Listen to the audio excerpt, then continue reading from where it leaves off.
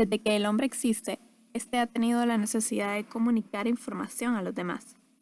El lenguaje oral existió mucho antes que la escritura, pero el ser humano se vio obligado a transferir y registrar información compleja cuando comenzó a vivir en grandes asentamientos donde la palabra de voz no era suficiente garantía.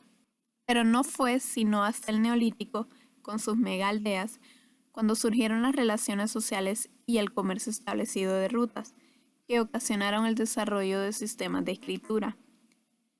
Los orígenes de la escritura, se cree, se encuentran en sistemas de símbolos mnemónicos e ideográficos, no contenido lingüístico, sino marcas simples para registrar el paso del tiempo, el cálculo de propiedades, las fases lunares o referencias rituales.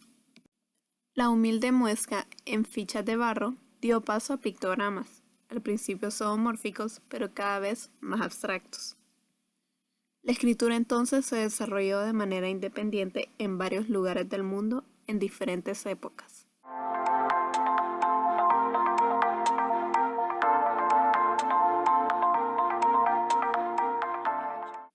La primera parte de esta serie examinó las circunstancias de la aparición de la escritura, a partir de la cual se consiguió la transmisión precisa y duradera de mensajes. Hasta ese punto, la comunicación humana se producía a través de gestos, lenguaje hablado o dibujos. La invención de la escritura condujo al desarrollo de tecnologías de la información y sistemas en su mayoría manuales. Se crearon los primeros dispositivos de almacenamiento permanente, es decir, rollos, papiros y finalmente libros. Se establecieron profesiones, los amanuenses y castas dedicados a la producción y el procesamiento de la información.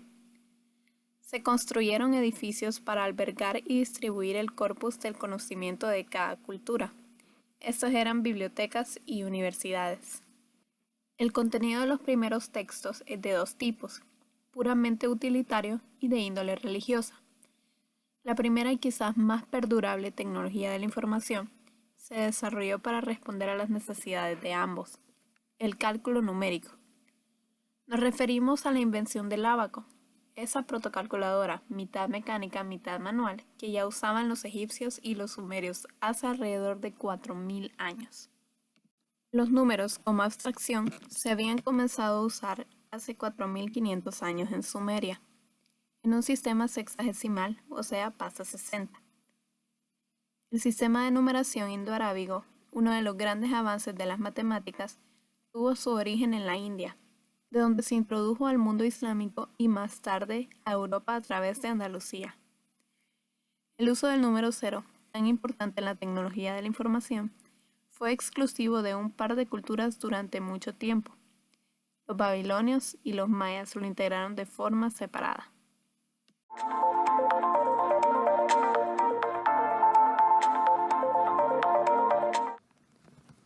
La creación de Gutenberg a partir de 1459 de la imprenta fue el combustible que puso en marcha el Renacimiento. Venecia fue una de las primeras ciudades europeas en adoptar la imprenta de Gutenberg y pronto se convertiría en la capital editora del mundo. En 1645, Blaise Pascal, matemático francés y filósofo todavía muy leído, inventó la primera calculadora que operaba a base de ruedas y engranajes, la pascalina, hoy considerada un antepasado de las computadoras personales y podía calcular cifras de 8 dígitos con centésimas de precisión. En 1671, el matemático alemán Gottfried Leibniz produjo un dispositivo aún más elaborado, Step Reckoner o la máquina de Leibniz. Esta no solo podía sumar, restar y multiplicar, sino dividir y sacar raíces cuadradas.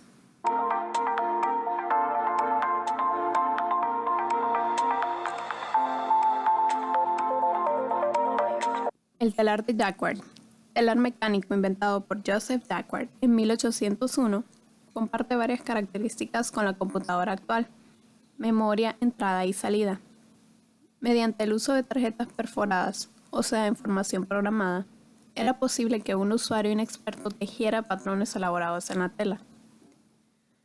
La máquina diferencial, introducida en 1822 de Charles Babbage, matemático británico, Fue diseñado para hacer uso del mismo método de tarjetas perforadas a fin de calcular funciones polinómicas, logarítmicas y trigonométricas. Babbage fusionó varios filamentos de conocimientos de la era mecánica, como el reloj mecánico, los dispositivos de cálculo y el telar mecánico, para diseñar sus protocomputadoras. Con Ada Lovelace, hija de Lord Byron, concluye la era mecánica. La matemática y escritora británica es conocida por sus notas sobre la máquina analítica de Babbage, entre las que se destaca el primer algoritmo entrado en una máquina para su procesamiento. En pocas palabras, se puede decir que Lovelace fue la primera programadora, aunque ella se llamó a sí misma analista y llevó el concepto de programación más allá de los cálculos numéricos.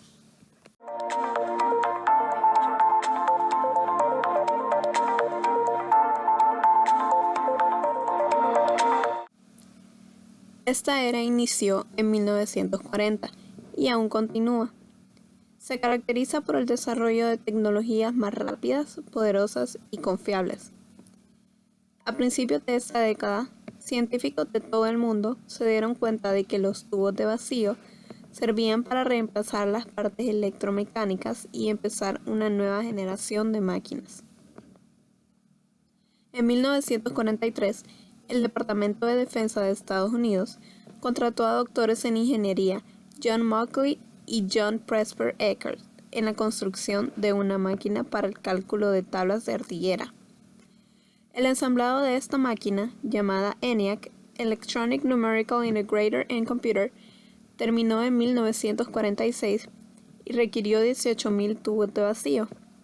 La ENIAC, aunque no se utilizó para la guerra, pudo sumar, restar, multiplicar y dividir en milisegundos, y calcular la trayectoria completa de una artillera en más o menos de 20 segundos. Esta computadora era enorme. Ocupaba un sótano completo en la Universidad de Pensilvania. Pesaba 30 toneladas, consumía 140 kilowatts de energía eléctrica y no podía almacenar las instrucciones del programa. Al mismo tiempo que terminaban la ENIAC, estos mismos científicos empezaron la construcción de una máquina mejorada a la que llamaron EDVAC, Electronic Discrete Variable Automatic Computer, para almacenar las instrucciones internamente. Utilizaban tubos de vacío para procesar la información. Los datos y programas se metían a través de tarjetas perforadas y la información se quedaba guardada en discos magnéticos. Las computadoras eran más pequeñas y costaban menos. Aunque era un mercado desconocido aún, llegan a aparecer las primeras compañías de computadoras. La información se guardaba en anillos magnéticos. Aparecen los circuitos integrados. La gran ventaja es que se podían poner miles de componentes electrónicos en una pequeña tablilla.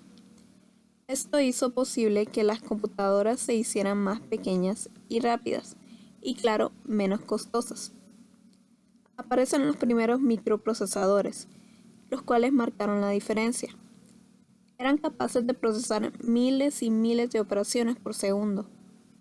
Las computadoras dejaban de tener un uso industrial para que próximamente se conviertan en las primeras computadoras personales de la historia. Estas computadoras son muchísimo más pequeñas, generaban menos calor y eran más rápidas. Comienza a tomar fuerza grandes compañías de computadoras como Apple y Microsoft. Los sistemas operativos comenzaron a escucharse y ya se trabajaba sobre una interfaz gráfica para el usuario. En los últimos 20 años, las computadoras han evolucionado más que nunca, a tal grado de tenerlas en nuestros bolsillos. La robótica y la inteligencia artificial ya se han vuelto términos comunes. Así que conforme el tiempo vaya pasando, la historia de la tecnología de la información se irá haciendo más extensa. En conclusión, la tecnología de la información comprende lo que es el almacenamiento, protección, procesamiento y transmisión de la información. En la actualidad, los individuos ahora podemos recibir y transmitir esa información en tiempo real, cosa que era imposible años atrás.